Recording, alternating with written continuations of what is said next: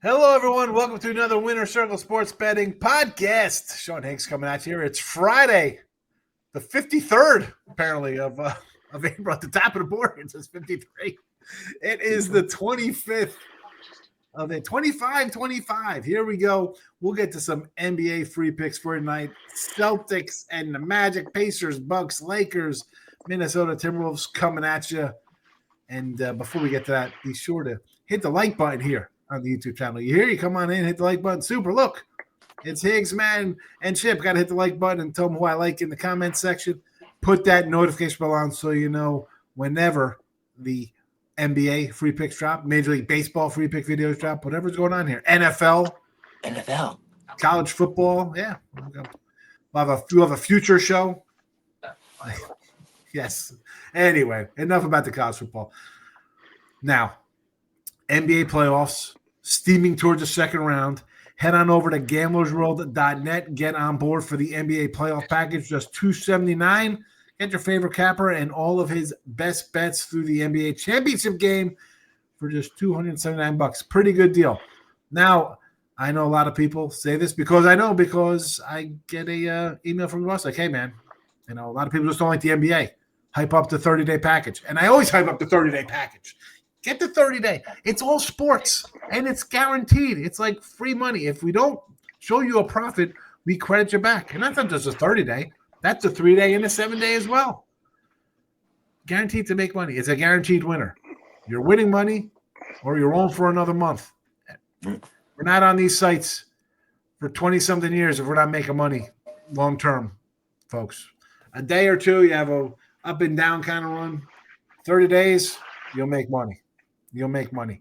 Guaranteed 30-day profit, or we credit you back. And on a day like this, because I see Chip's got a 3-pack. He's got 3 packages up. Matt's got a couple packages up. A all-day pass for $69.99 is your absolute best bet. You don't want to miss a single winner from any of us here at gamblersworld.net. There it is. It's scrolling across, $69.99. Can't beat it. Go get it. And you're going to have to hold on because I got a sneeze coming on, so I got to hit the pause button. Maybe not. I do. And just like that, you didn't even know I'm gone. I just sneezed. I should have probably just turned the camera off. It would have been fine, but I don't mind. We're fancy here. We're fancy lads. Oh, you're a fancy boy. All right. Yes, I'm a fancy. Speaking of fancy boys, Chip with his nice Hawaiian shirt on. Let's talk fancy because we're in Orlando. It's Disneyland. I enjoy the what's the Everest Expedition Everest ride down there in Animal Kingdom. But enough about that. The Celtics and the Magic. Lines come down a little bit here. Injury concerns for Boston here in this game 3 here. They're up 2-0, 4.5 now, a total of 198. What do you think here, Chin?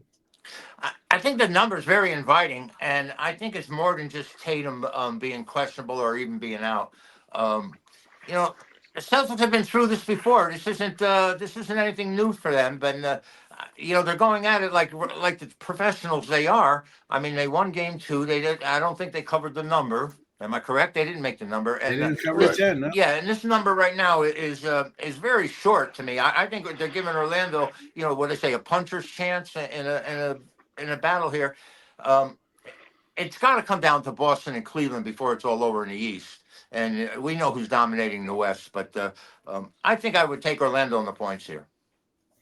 Orlando in the 4.5. I kind of tend to agree with this one. I also like the over here, Matt. This because you're down 0-2. Although it didn't work out for me with taking Memphis in yesterday's show, saying to take the over in that game, thinking that they're scores the points at home, they got to be in it to win it. But here, I don't know, man. It's such a low number. I'm gonna buck what I thought the other day about taking the under and go over in this one. But again, official pick from Chip Chirimbes is on the Magic plus 4.5. Matt Fargo, your thoughts? Yeah, I'm with you with the over in this game. The one thing we talked about on Wednesday was we saw a 9-point swing in the total come down from game 1, and it did go over. We kind of were leaning under because of that move, but even with Tatum probably going to be out again is my guess. I think Orlando Scores enough. Once again, they only put up 86 in game one. They came back with 100 in game two, back on their home floor.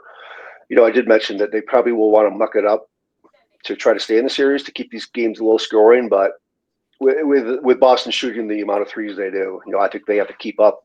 And in that regard, I do like the over with you in this one. Yeah. Tatum, questionable. Holiday as well with his little hammy going on there. I like the Magic in the points. I like the over. I think we'll see a bunch of points because I don't see Boston not scoring 100. They're going to score their points. They're deep. They'll get their points on the board. Official pick here, Chip Chirimbes, Orlando plus 4.5.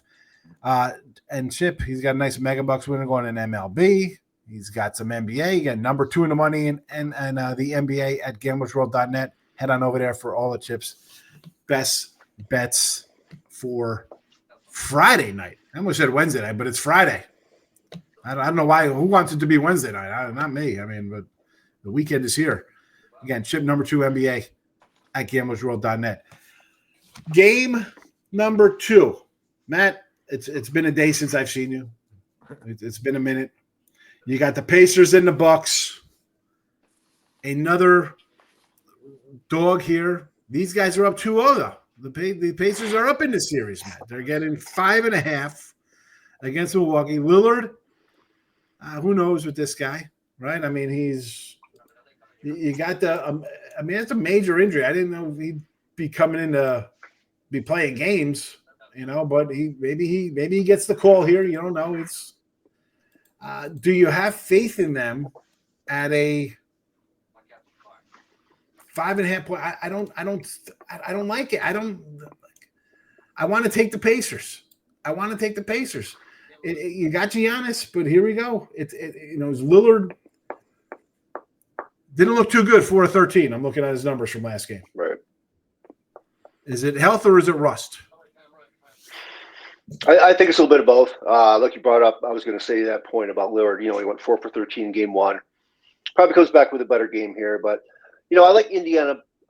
I'm betting the line here. It's a 10-point swing from game two, which yes, it's too much. It's obviously a must-win game for Milwaukee, and the lines are shaded because of that.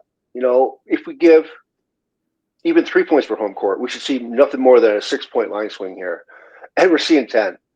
I have this number at right around 2.5, maybe pushing 3. It opened. What did it open at? It opened at, I believe, 3.5, and it's steamed up to 5.5 now. And at Bet Online, the money is 79% on Milwaukee. So I think the public's gonna be all over Milwaukee. I like Indiana. I think it's too much of an overlay. Give me the points. I think we see a 1-possession game. Milwaukee might be able to sneak it out, and get back in the series, but I think Indiana definitely gets the cover once again. As I said, a 10-point move from a 5-point dog to a 5-point favorite at home. Matt Fargo likes the Pacers plus 5.5 as his official free pick here on the Winner Circle YouTube channel. Sure to get Matt's best bet. What do you got on for tonight here, Matt, going on the site? Coming off a 3-0 night last night, day end actually. 2-0 in baseball, one winner with the White Sox, plus 2-1 in that one. That was a little fortunate that it got suspended after 7 innings because we didn't have to see the White Sox bullpen for 2 innings, which could have been a disaster. Also, one with the Rays plus 118, and Memphis came through after blowing a 25-point lead. They're cooked now, but they did get the cover. So 3 games in MLB tonight, along with another play in the NBA. In the game we're about to talk about, Lakers and Minnesota. Go get Matt's best bets at gamblersworld.net. He does have the Pacers tonight as the free play here in the video. Chip, thoughts on Pacers? And again, I mentioned you earlier. You got a triple play up here in your action, but what do you think of this game? And tell everybody what you got going on in Gamblers World. Well, my first Gamblers World tonight, I have a mega buck play in Major League Baseball. Feel particularly strong about that, and a single play in the NBA because these games, for example, this game here, this Indiana game, it looks so tempting to take the Pacers here, getting 5.5 from an inconsistent team like the Bucks. I see exactly where you're going, Matt. I had to pass the game because this Milwaukee team just Lillard comes back. He's not being efficient. That's for darn sure. Is he going to have a good day? And yet there's so much pressure on the Bucks, not just to win the game alone. And now you got that 5.5 number up there. I wanted to take the Bucks here, but that number's so intimidating. So I ended up passing on the game. But what I'm trying to say is that I probably like the side you like, Matt, and that I think 5.5 is very generous. And in this situation, it looks like Indiana's the better team getting points. So that's the way I would lean anyway. 2 for 2 there with the free pick on the Pacers. And again, I like the Pacers as well. But you know what? I also thought, you're giving us 5 points with Denver last night. You're giving us 4 points with the Warriors the night before that. And you saw how that worked out there in those spots. Is it a too good to be true spot? We're going to find out in about 10 hours or so. But I'm going to agree. We'll make it a trifecta. You're going to give me points in a 10-point swing of a game where the other team's number 2 guy had some serious health issues. I mean, we're going to shut him down for the year, and then all of a sudden he's back for the playoffs. I don't know. Listen, I like Milwaukee in game 1 getting those points. You think I got the best guy on the floor? I'll keep it close. Not meant to be. I don't know. I think the Pacers started hot last year, right? They started out hot and then they kind of collapsed down the stretch there in the playoffs. Didn't look too good. This year they kind of started slowly and got a little better as the season progressed. So I think they're the better team right now, healthier team for sure. Let's go. Make it a 3-for-all on the Pacers plus 5.5 as official show picks here on the Winner Circle YouTube. But again, our best bets, Chip's top plays, Matt's best plays, and my top plays, all at gamblersworld.net. I got a 3-pack up today, by the way, from MLB. 19-9 run, so I've turned it around since a slow start there. But final game before we get to the Lakers and the T-Wolves. NFL draft last night. Some people may be shocked, especially people at ESPN who were hyping Colorado and Sanders since Deion got there. I remember that 2 years ago they had him in a bowl. They're a bowl team. We got championship odds on this. Not meant to be with Sanders. Him falling out of the first round, I don't think is totally shocking. I think the totally shocking part was the Giants trading up to take Jackson Dart at the end. I think it's a good spot for the kid. You got a Hall of Famer in Russell Wilson ahead of you. You got Winston, who's a pro heady. You can learn a little bit. I always feel that teams taking quarterbacks in that top 10 spot, you're setting a kid up to fail. The superstar is few and far between. We don't know. We've seen some wins and some nice plays out of these young guys last few years. We've seen a bust. How's Will Levis doing? That guy was a top 3 pick. He's at the door, and they bring in a new number 1 3 years later. These teams are bad for a reason. You got holes all over the joint. I think he's in a good spot. Cam Ward in a good spot in Tennessee there, Chip? Well, Matt, I thought the Giants were going to trade out of their spot because I thought they were just using a ploy when they brought in Sanders, who I didn't think they were ever going to take. Then they brought in, there was a mention of Dark on X or some kind of social media, and then they removed that. So I was thinking that they were looking to get a trade down, but they traded up, and they took Dark as a 25th pick. There's only one top 10 quarterback that was taken, and that was the number 1 pick overall. Yeah. I think the Giants did what they wanted to do. They got a quarterback. They got the big defensive player they wanted. So I think they did very well in the first round. But this is a team that only won 3 games last year. They need a lot of help. And, the draft is always interesting because I didn't think it was too exciting until the very end, really. It was just, offensive linemen, defensive linemen, offensive linemen. Where was all the flair and the flash that we were supposed to see? And it just didn't happen. And I wasn't surprised that Sanders has dropped already to the second round because I think there's baggage there. I think that the idea that they might have to deal with Deion Sanders in the shadows, either to take over as a coaching job or just his input and distractions that may be caused. And I think that may be one of the reasons Shakur was not selected in the first round.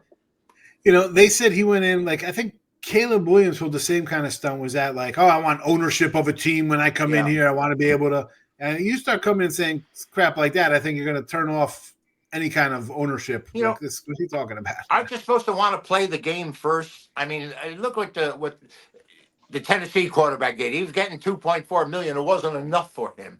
So he made it. You know, he didn't want to play the game. He just wants the money. And those people, I don't think, survive in this business. Again, with the Giants trading back in, again, yeah, not a top 10 guy. But my point was like these quarterbacks you take, and the Giants can say this is our guy. We could all say he overpaid. Like I think the Giants have holes, right? I'm not a Giant fan. You got holes on the team. You're trading away depth picks, which I think you kind of need for a guy who no one had in the first round. Let's be honest. You know, I heard a lot about that, Sean, when they made the deal for Eli Manning because they gave up like 3 number 1 picks. And I just remember somebody that I really respect their opinion says they got the guy they wanted. And they ended up winning 2 Super Bowls, right? So, right, Matt. I mean, listen, I'm not going to not. A team wants a guy. We think they drafted him too high, too low, whatever the case may be. They go after a guy. It's who they want, obviously. You're trading. They wanted him more than the guy they took at number 3, apparently, because they went up to go get him. But what do you thoughts on the draft last night? Yeah, I mean, as a Giants fan, I thought they did awesome. You know, getting Carter, which I was hoping they were going to get right then. And then, you know, there's a lot of talk about them wanting a quarterback late, and the fact they trade up to get that. And then it was between Dart and Sanders, and I'm like, cross my fingers that it's going to be Dart. and it was, and I think it was the right choice. You know, as you pointed out, the whole Sanders, you know, scenario. You know, he did it to himself. You know, like with his interviews, and one assistant coach came out and said it was the worst interview I've ever had with a incoming draft player, and obviously the whole Dion thing, whatever. But as far as the whole draft itself, I did watch the whole thing. It was very kind of unexciting because there weren't any, you know, like offensive playmakers like we're used to seeing. It was a lot of, as Chip mentioned, a lot of offensive linemen, a lot of defensive players. But it's fun to watch. It's fun watching the excitement of some of these kids, like, you know, just have their name called. And I don't know if you watched it, but there was one player who I didn't know he was a player. He was congratulating every single person that was drafted as they were coming towards the stage. He was wearing the blue pants. I'm like, is this like a PR guy or something? And come to find out, it was, what's his name? The quarterback from Kentucky who got drafted by Buffalo. So his just pure joy and pure excitement was just made it. It's just fun to watch stuff like that where these lives are being changed, you know. And round 2, I'm not going to watch any of it. Just so you know, like, no. I enjoyed the old days. It was a Saturday, Sunday, like 20-hour affair on ESPN back in the day. It was an all-day thing. And listen, I understand the first round. You want to get a little pomp and circumstance, have a great time with it, put on TV. It's, you know. But after that, like the second and third rounds for prime time, really? Right. You would have missed the Tom. You would have missed the Tom Brady drafting. Everyone would have missed it. He was last. Give me the Saturday Sunday draft. It was great. And then Monday morning, I'd open up the North Star Ledger, right? And then have a whole, and not even on Mondays, probably on Tuesdays, they had the full draft of everybody, every team, and every player would be in the paper like 2 days later. And those were the good old days. But I feel bad for Sanders though. Like, okay, you won small college, you go to Colorado, they have you hyped up. And listen, I love his father. That was great. But you're in a spot there. The hype machine's on you. You didn't do much for 2 years there. You didn't win a bowl game. You didn't win the Big 12 or anything. And then you're piped up by ESPN as, oh, this guy could be a number 1 pick, him or Hunter, number 1. Like, I don't know about that. I mean, the other guy, I get, he's a two-way player, is tremendous. Did we really see? Was he this great? He couldn't will this team to wins. It's just bad because the media. But the old days, whether it's a basketball player, right? You got everybody around you just hypes the kid up, right, forever. And now all of a sudden you get a media around you. In this case, ESPN's this. He came in there. Let's be honest. Like 2 years ago, everybody hated Colorado. Like, are you kidding me? This team is terrible. Like, and they got trucked left and right. And now you put all that pressure on that guy. That's sad for him. I feel bad for him. You know, it reminds me of the say a poor man's version of Daniels at Washington. It just doesn't seem to have. I mean, the agility and the ability to throw on a run, but can he throw that big pass? I'm really wondering right now if he can, because he looks kind of frail and fragile to me. You know, they throw up these videos. I'm like, look at this. It's third and 3 for 3rd and 3 from the 7, and he takes a 20-yard. Listen, we could pull out a bunch of quarterbacks taking bad sacks. Like, I don't want to see that kind of nonsense. You know, that's fine. That's a 20-year-old running for his life behind a bad line. But I just feel bad for the fact that they hype it up on ESPN, like everything on ESPN. It's like, look at this. You know, you turn on ESPN, it's like, go ESPN.com. It's like the WNBA's, it's a front page. Like, hold on, there's a playoff game going on. Why is the WM? You know what I'm saying? Like, they just hype what they want for themselves. They hype up Sanders. They hype up the. I feel bad for the guy. I really do. Yeah, it's all media driven now. It's all media driven now, like you said, and it's unfortunate where some of these kids, like I said before, like Sanders kind of did it to himself a little bit, but the media just made him, you know, put him right in the spotlight, and they were showing him, you know, after every pick not getting picked, and nobody wants to see that, no matter if you like him or not. You know, it's just kudos to him for having a big smile on his face afterwards. He'll be fine. A lot of these quarterbacks, of course, he's fine. He's loaded. Yeah, and plus a lot of he's having a nice life either way. Like a lot of these quarterbacks who are all hyped up, don't get drafted early like they're supposed to. They get, you know, picked late. They're in a better situation anyways because they're probably with a better team as opposed to getting drafted by, you know, some of these teams that won 5 games last year. So they're potentially in a better spot.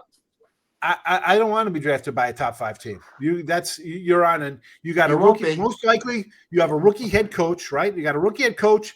You got 2 bad offensive linemen.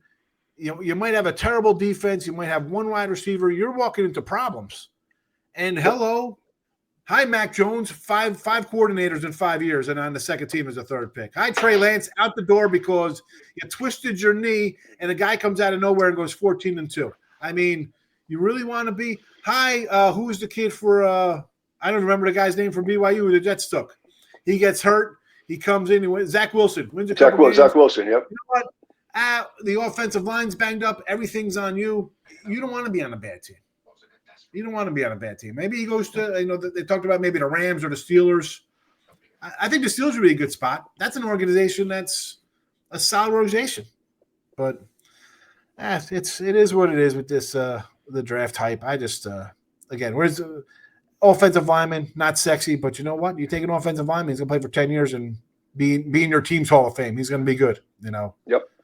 Couple tight ends going in for tight ends. Really, it's around. How'd Kyle Pitts work out, everybody? How's that going as a big high draft pick?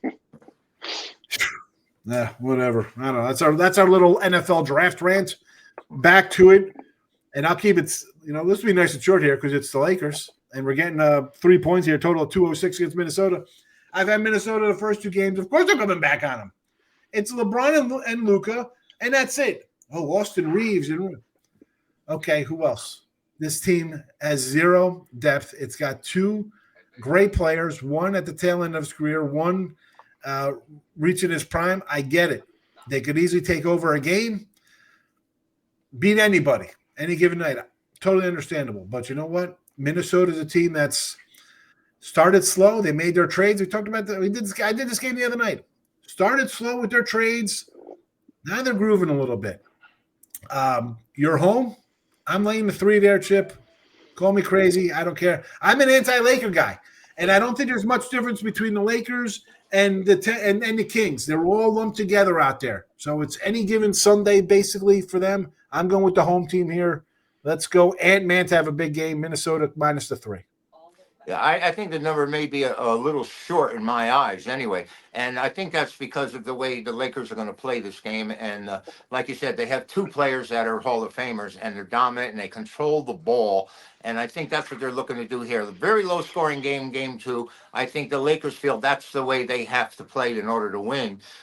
You can't allow Anthony Davis and DiVincenzo and these guards that they have to just shoot at will because they'll knock them down like they did in game 1. So I think the Lakers are going to play up tough defensively to try and keep this as a low-scoring game. So I would play the game under. Under the 206, and it's a low one too. We get to these low numbers. Yeah, I don't think the winner scores 100 points here. I really don't. Oh, there we go. There's a bold take there. Nobody scores 100 today from Chip on this one. Is that a prop? Can we use that? Yeah, that's probably out there. Yeah, it is out there. Sure it is. Yeah. Probably a good number too. I mean, it's 207, so it's probably somebody's plus money on that for the Sean, two you make teams. that bet for me. I'll send you the money later. Yeah, I'll put that right up there with my Brooklyn Bridge that I got coming to me. I'm sure you could find that. Matt, what do you think on this one? Yeah, I have a premium in the side here, so I won't go too far into that. The one thing that Chip brought at the end, I'm going to look at the total here, where very low scoring game, like you said. That one closed at 212. Now we're down to 205.5. This is another scenario where we're seeing a huge line dip in the total. And because of that alone, I do like the under. Like the Lakers take Doncic out of it, they've shot 40% in the first two games. Can they all of a sudden start shooting the ball again? The T-Wolves have a top 10 defense as far as shooting, as far as 3-pointers, and as far as points scored. So I think the Lakers are going to struggle a little bit again. LeBron, there's a narrative about LeBron game 3 since he's been with Lakers. He's averaged 27 points, so he could step up. He hasn't been great in the first two games either. So I do like the under. I think we see another low-scoring game. Minnesota's defense probably controls pace, and the Lakers, I think, are going to have trouble shooting again. Probably a little better than 40%. When you take Doncic out of it, but yeah, I like another low-scoring game in this one. A pair of unders from the guys on the outside. The middleman here, though, pick of the day for the video is on Minnesota -3. I think the Wolves take care of business here, and we're going to put a little bow on this series and go up 3-1 here at home over the weekend here for Minnesota to kick out the Lakers. Another hype machine gone awry for the networks there with no Lakers. But recapping the picks today: Minnesota -3, Pacers +5.5, Orlando plus the 4.5. 3 free picks for you here at Gamblers World. Excuse me, at the Winner Circle YouTube. GamblersWorld.net for all of our premium action. Matt mentioned he's got a top play going tonight in Minnesota and LA. I mentioned my MLB 3-pack. And Chip's going to mention what he has tonight, and he's going to wrap us up with his Today in Sports. Oh, sure. We have that. We have a couple again. We have 3 plays out there on GamblersWorld.net tonight. But this is for Doug, and Doug's not even here. On this date, are you ready? 1876, the Cubs played the first National League game. They beat a team named Louisville. Who are they? No, but actually they have one of the best minor league systems in the nation. In 1901, the American League started their first games. The National League was like 25 years ahead of the American League. This is kind of interesting. In 1974, I don't know if you guys remember, I do, they moved the goalposts from the goal line back to the end of the end zone. Because their goalposts used to stand on the goal line itself, and offensively, they can use it as a blocker, and they used to block things out. And they also adopted the overtime in 1974 on this date. And in 1978, this is for Big Jim. The Philly Fanatic was introduced to Major League Baseball in 1978. In 1980.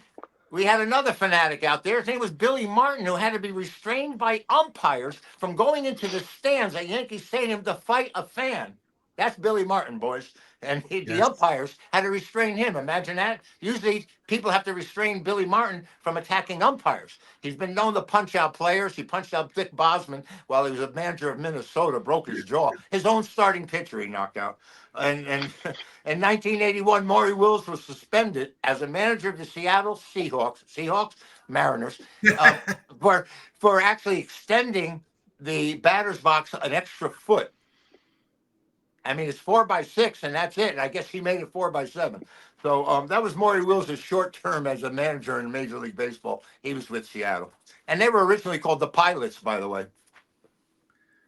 So that's it for April 25th. They have to bring back the old Mariner logo. That was a great logo, that 70s, early 80s logo. Well, I remember they had that pitchfork, I think, when they were... it was like the M4. It was the M Trident. Yeah. It was nice. And, one of the best logos is that Milwaukee Brewers on that hat where they have the B and the baseball. Well, the glove is like the M. And right, fabulous. Exactly. Yeah. It's like Montreal has that too. Like it's like the Expos had a lot of little hidden inside the logos are the names or stuff. It's pretty cool. Not like stupid today where it's just like a big block letter. Ridiculous. I hope they never change the Raider logo because with that pirate, the patch over his eye, I kind of like that, the Raider. Works out well. They're in Vegas and they're stealing money left and right from people out there. Oh, yeah. All right. Listen, that's it for today. Magic plus 4.5, Pacers plus 5.5, Timberwolves -3. Gentlemen, have a nice weekend. Thanks for watching, everybody. We will see you on Monday. Bye-bye.